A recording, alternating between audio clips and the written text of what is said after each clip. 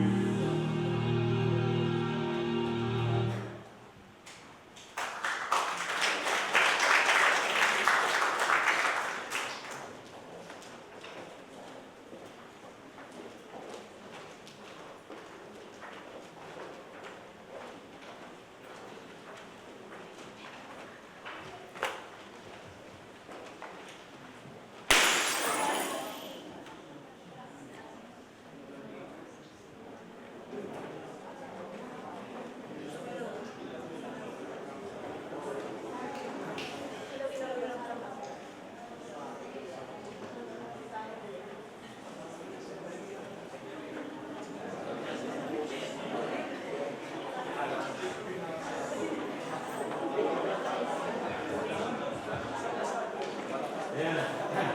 O, kalmado lang po tayo. Ayan, medyo may na pong ano. Hindi pa po ako maawit eh. Sumabog na yung ano, ha?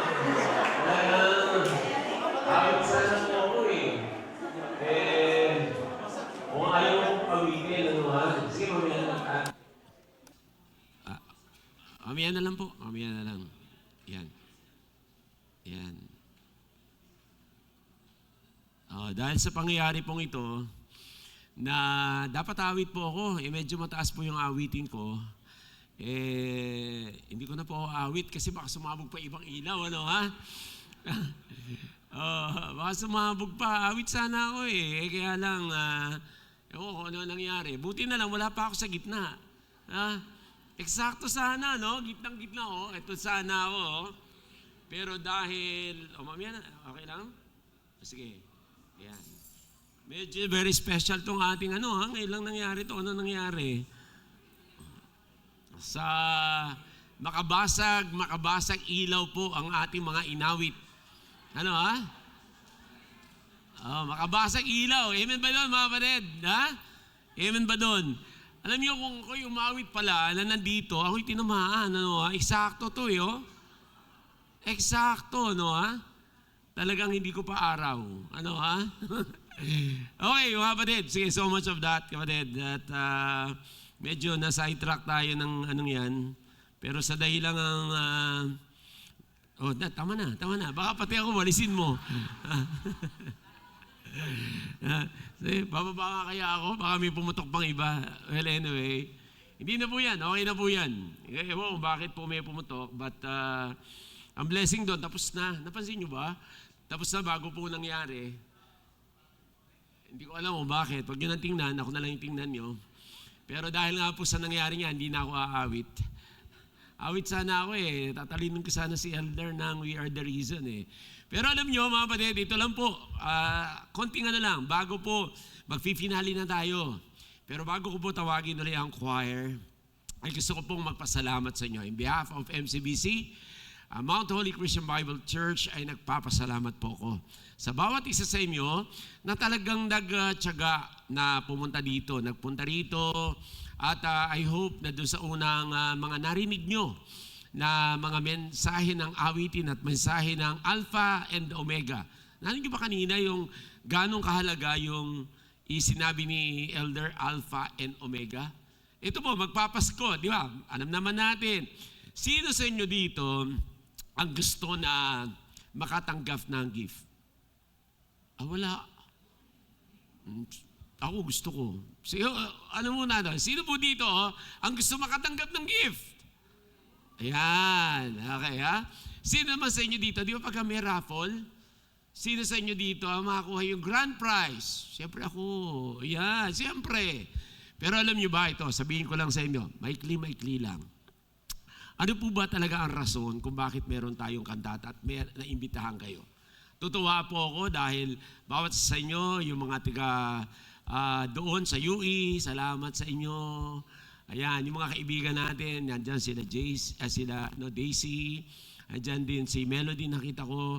Andito ang Juanson, tama ba? Juanson family. Ayan. Si JM at ito nakikita ko pero yung kanyang pamilya, ko lang na-meet. Salamat po sa inyo na nandito kayo. Kung bakit namin tayo ginagawang ganito, alam nyo, sabi ko nga, more than 2,000 years ago, there was a son given by our God. Alam nyo po ba, yung sinabi ni Elder, yung John 3:16, nakita nyo kanina, yung birth to the John 3:16, no salvation. Without the birth, no salvation. Anong kahalagahan nun? Anong kahalagahan nun? Gusto ko pong makita nyo yung real meaning of Christmas. Not just narinig yung kantata, natuwa kayo, nagandahan kayo, mamaya aawit kayo. Hindi lang po kami ang aawit, pati kayo aawit. Kasi familiar yung songs. Pero gusto ko po makita nyo yung meaning kung bakit po tayo nagkakaroon ng ganitong Christmas season. It's not just about the gifts. It's not just about Christmas party. Hindi po about kantata, not of anything else. Kahapon nga raw po, kung kayo nadaan ng Marcos Highway, marami pong uminit ang ulo. Sino po ang na-traffic dyan sa Marcos Highway na yan? Naku, ang dami pala. Sumakit ang ulo. Ewan ko kung bakit. Ang dami atang nag-party. Ngayon, very stressful. Yung pastor namin, dyan lang uuwi. Nakarating sila 12:00 na sa Antipolo. Pero hindi sila sa Antipolo nagpunta. Dyan lang sa Cainta. Tama? Hindi na po nakarating ng Antipolo sa Cainta, 12:00 na po nakauwi. Kaya anong oras kami nag-uwi? 9:30 kagabi. During the parang napakalapit lang ng Cainta. Napaka very stressful ata ang Christmas. Pero gusto ko po sabihin ito. Simple lang po ang mensahe ng Christmas. More than 2,000 years ago, yung sinabi po doon na John 3:16, yung iba alam niyo yan. For God so loved the world. Ang ibig po sabihin sa Tagalog, ganun na lamang daw ang pag-ibig ng Diyos sa bawat isa sa atin. Na anong kahulugan ng pag-ibig na yon? Na kanyang ipinagkaloob ang kanyang buktong na anak. Kaya pagka merong gift giving, kapag kayo tatanggap ng regalo, isipin nyo yung the greatest gift of all na ibinigay ng Diyos Ama. Mula sa langit, ibinigay niya ang kanyang buktong na anak. Ano po ang dahilan nun? Ang sabi doon, whosoever, ang sino man daw, sa kanya'y sumampalataya, hindi na mapapahamak kung hindi magkakaroon ng buhay na walang hanggan. Eto, tanong ko sa inyo. Sabi ni Elder kanina, may panimula, may wakas. The first and the last. Ano yung panimula natin? Tayong mga tao, ano panimula natin? Tayo ipinanganak. Ano yung wakas natin? Lahat tayo ay may wakas. Wala ba kayo doon? Pero ito po ang gusto sabihin ng Panginoon kung bakit tayo may Christmas. Ito po, ang sabi niya, ang sino mang sasampalataya sa Kanya ay hindi na mapapahamak kung hindi magkakaroon ng buhay na walang hanggan. Di walang wakas. Nakuha niyo ba yun? Walang wakas. Kasi buhay na walang hanggan. Nung unang inano ko yan, nung unang narinig ko po yan, parang hindi ka makapaniwalang merong walang wakas ang buhay ng tao. Mamamatay nga po lahat Tama? Walang sino man ang hindi mamamatay. Kahit mayaman, kahit mahirap, mamamatay. Buti nga tayo, buhay pa. Buti nga tayo, nalagpasan natin ng COVID. Tama ba? Hindi ba kayo nagpapasalamat hanggang ngayon buhay kayo? Ang dami pong namatay ng COVID. Hindi lang po milyon.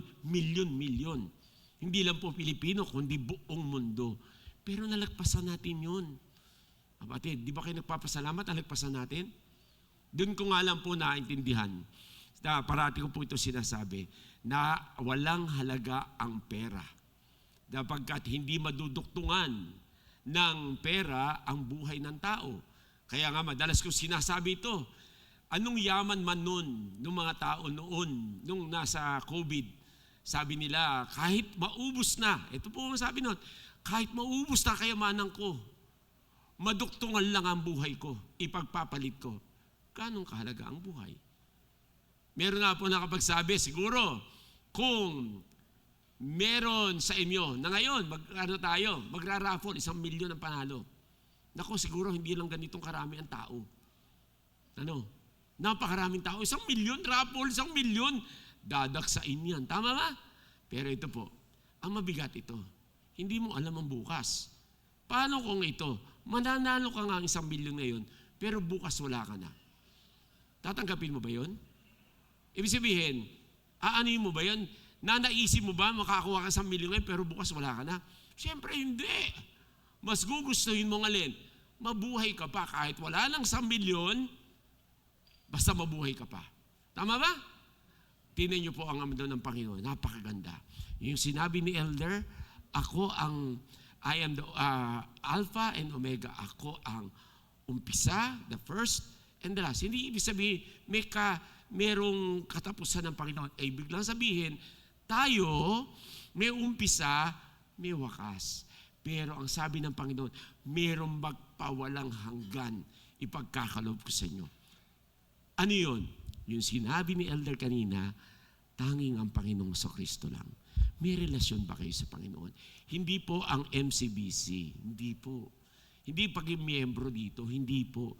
Ang gusto ng Panginoon, magkaroon kayo ng relasyon. Yun ang tinatanong ni Elder, meron ba kayong relasyon? Ano po yung relasyon na yun? Patapos sa buhay na ito, kung tumanggap kayo sa Panginoong Kristo, ang sabi po ng Panginoon, may buhay na walang hanggan kayo. Niwala ba kayo doon? Ako po naniniwala. Kasi sinabi ng Diyos yun na patapos ang buhay na ito, hindi ka na mapapahamak. Ano yung kapahamakan yun? Kapahamakan na matapos ang buhay, pagka wala kang pagkakilala sa Panginoon, impyerno ka. Siguro pagka tinanong ko sa inyo, sino po ang gusto ng langit? Lahat kayo langit. Tama? Walang gustong impyerno. Siguro, ang bawat isa sa inyo, gusto langit. Tiyak ako dun. Tama? Tama po? Ito po maganda. Ipinagkaloob ng Panginoon more than 2,000 years ago. Kaya tayo may Christmas Kaya yung Christmas, Christ. Di ba? Christmas. Ngayon, ang tanong, may relasyon ba kayo sa Panginoon? Paano po magkakarelasyon? Una, aminin mo raw na makasalanan ka at kailangan mo ng tagapagligtas. Pangalawa, yung tagapagligtas na ibinigay ng Panginoong, na binigay ng Diyos Ama, ang Panginoong Kristo, ang sabi doon, tanggapin mo siya at magkakaroon ka ng buhay na walang hanggan. Parang ganito yan. Kung may bibigay na regalo sa inyo ang Diyos, sabi niya, anak, ito, kayo'y ibibigyan ko kayo ng isang magandang, the greatest gift of all, ang Panginoong Kristo. Sino ang tatanggap? Parang ano yan kung may regalo na ibibigay sa inyo, regalo, paano mapapasa inyo yung regalo? Paano mapapasa inyo yung regalo? Kunyari, bibigay ako. Kunyari kay JM. JM, may bibigay ako sa iyo. Example lang nasample lang kita, JM. Kunyari, may regalo ko. JM, regalo ko. Pagka hindi tinanggap ni JM, eto ayoko Kunyari, ayoko. Sabi mo, ayoko nga. Kahit, JM, sa'yo nga ito. Ayoko nga. Ibig sabihin, kahit anong pilit ko sa kanya, hindi niya tatanggapin, hindi mapapasa kanya. Tama po ba? Pero para sa kanya. Ang Panginoong Kristo, ganun din po. Ang Diyos Ama, ibinigay ang kanyang anak, ang Panginoong Kristo, kaya pagka inalok niya, JM, ito ang aking regalo sa iyo, ang aking buktong na anak. Pagka hindi niya tinanggap, hindi mapapasa kanya. Ano gusto ng Diyos sa bawat isang tao? Mahal niya kasi tayo. Ayaw niya mapahamak. Pagka tinanggap niya, may buhay na walang hanggan. Ang kapalit nun, makakapiling kita sa langit na bayan. Doon po sa John chapter 14, verse 1, 2, and 3. Sabi po ito, hindi na tayo itong bubuksan. Sabi niya, sa kaharian ng aking Ama ay maraming mansyon. Kung hindi gayon, hindi ko sasabihin to sa inyo. Ako'y pupunta doon upang ipaganda ko kayo ng kalalagyan, upang sa aking pagbalik, kung saan ako naroon, doon din kayo paparoon. Ibig sabihin, mawawala tayo sa mundong ito. Tama po ba? Mamamatay at mamamatay tayo dito. Pero pagpikit ng ating mata at mawala na ang ating hininga, lahat po dadanas tayo doon. Ang tanong, tiyak ba kayo? Yun yung tanong ni Elder kanina. Tiyak ba kayo may relasyon kayo? Tiyak ba kayo na tinanggap niyo yung regalo? Ngayon, baguhin natin ang storya. JM, etong regalo ko sa iyo. Tinanggap niya. Ang sabi mo, salamat. Diba? Yan. Since tinanggap niya, Panginoon, salamat po sa Panginoong Kristo. Yung tinanggap niya, mapapasa kanya at magpakailanman. Ang sabi ng Panginoon, ikaw ay makakapiling ko na sa aking kaharian. Ang tanong, meron ba kayong tinanggap na regalo? Ang Panginoong Kristo. Yun po yung tinatanong ni Elder kanina. Yung relasyon na yun. Kaya po itong Christmas na ito, wala pong halaga ang mga narinig niyong kanta kung wala pong Kristo sa inyong mga puso, kung hindi niyo pa siya tinatanggap. At sa pagkakataong ito, maaaring sabihin mo, paano ko ba tatanggapin ng Panginoon? Iba po yung kilala, iba po yung tinanggap. Tama? Iba po yung kilala ka talaga ng Panginoon. Kaya pagka tayo nanalangin, Our Father, may relasyon, hindi po reliyon. Ulitin ko, hindi po namin kayo yayayain sa church na ito para magkaroon lang ng kaligtasan. Hindi po relasyon ang gusto kong paano sa inyo, ipahatid sa inyo. Ang Diyos Ama, ibinigay niya ang kanyang buktong na anak na nabayubay sa krus ng Kalbaryo, namatay, inilibing at muling nabuhay upang ang sino man sa kanya'y sumampalataya ay hindi na mapapahamak kung hindi magkakaroon ng buhay na walang hanggan. Tanong ko, tinanggap niyo ba yun, the greatest gift of all, ang Panginoong Kristo? Kung hindi pa, mga kapatid, pwede ko ba kayong ayayahang yumuko muna sandali, ipikit ang inyong mga mata. At kung hindi nyo pa tinatanggap ang Panginoong Kristo, habang ang lahat po ay nakayukot, nakapikit ang kanyang mga mata, at gusto nyo sa pagkakataong ito, tanggapin ang pinakadakilang regalo na binibigay ng Diyos Ama, ang kanyang buktong na anak. Regalong magpakailanman ay mapapasayo, sapagkat mahal na mahal ka ng Diyos Ama, ibinibigay niya ang kanyang buktong na anak. Naway tanggapin mo ang Panginoong Kristo. Gusto niyo bang tanggapin ang Panginoong Kristo?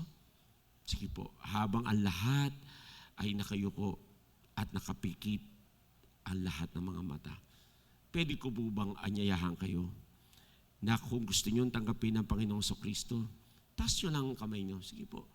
Gusto niyo bang tanggapin ang Panginoon? Sige po, yan. Salamat, salamat. Sige po, just raise your hand. Yan. Huwag ko niyo mahiya. Gusto ko pong tanggapin niyo yung regalong yun. Tanggapin niyo po yung regalo. Huwag niyo po siyang i-reject. Meron pa po ba? Meron pa po ba? Amen. Sige po, huwag niyo ikahiya ang Panginoon. Tanggapin niyo po yun, the greatest gift na ibinigay ng Diyos Ama. Salamat, salamat. Salamat, salamat po. Salamat sa nagtaas. Sa mga nagtaas ng kanilang mga kamay, manalangin po kayo ng ganito. Panginoon, sa gabi pong ito, ay inaamin ko na ako'y makasalanan at kailangan ko po ng tagapagligtas. Sa gabi rin pong ito, ay tinatanggap ko ang inyong dakilang regalo, ang Panginoong Kristo bilang Panginoon at tagapagligtas ng aking buhay at ng aking kaluluwa. Salamat po, Panginoon, sa inyong pagmamahal sa akin. Ito po ang dalangin ko sa pangalan ng Panginoong Kristo. Amen. Amen. Amen. Gusto ko po kayong palakpakan. Sige po, palakpakan po natin. Yung pong mga tumanggap, bago ko po tawagin ang choir para sa finale. Alam nyo, sabi ko sa choir noon, sa pagod namin na inaanohan po na alos gabi-gabi, ay ilang gabi po na nagpa-practice din, yan, linggo-linggo, sabi ko, kahit isang kaluluwa lang makakilala sa Panginoon, sapat na. Papasalamat po ako, meron pong 3 na tumaas ang kaniyang kamay. Hindi na po para patayuin pa. Pero ito po yung assurance ng Panginoon. Kung tinanggap niyo siya, magpawalang hanggang, kayo makakapiling niya. Yun po yung relasyon. Kaya po, mga kapatid, sana po, hindi lang po yung 3 tumaas sa kamay. Kung sumunod kayo sa panalangin ko, tanggapin niyo po yung regalo, meron kayong buhay na walang hanggan. Amen po ba? Amen? Ngayon po, sa awitin namin ito, gusto ko umawit din kayo. Familiar po yung songs. Okay ba yon? Okay ba yon? Familiar po yung songs. Pwede bang lahat tayo nag-aawitan? Kumanta po tayo, kasama po namin kayo sa pag-awit na ito. Okay lang ba yon?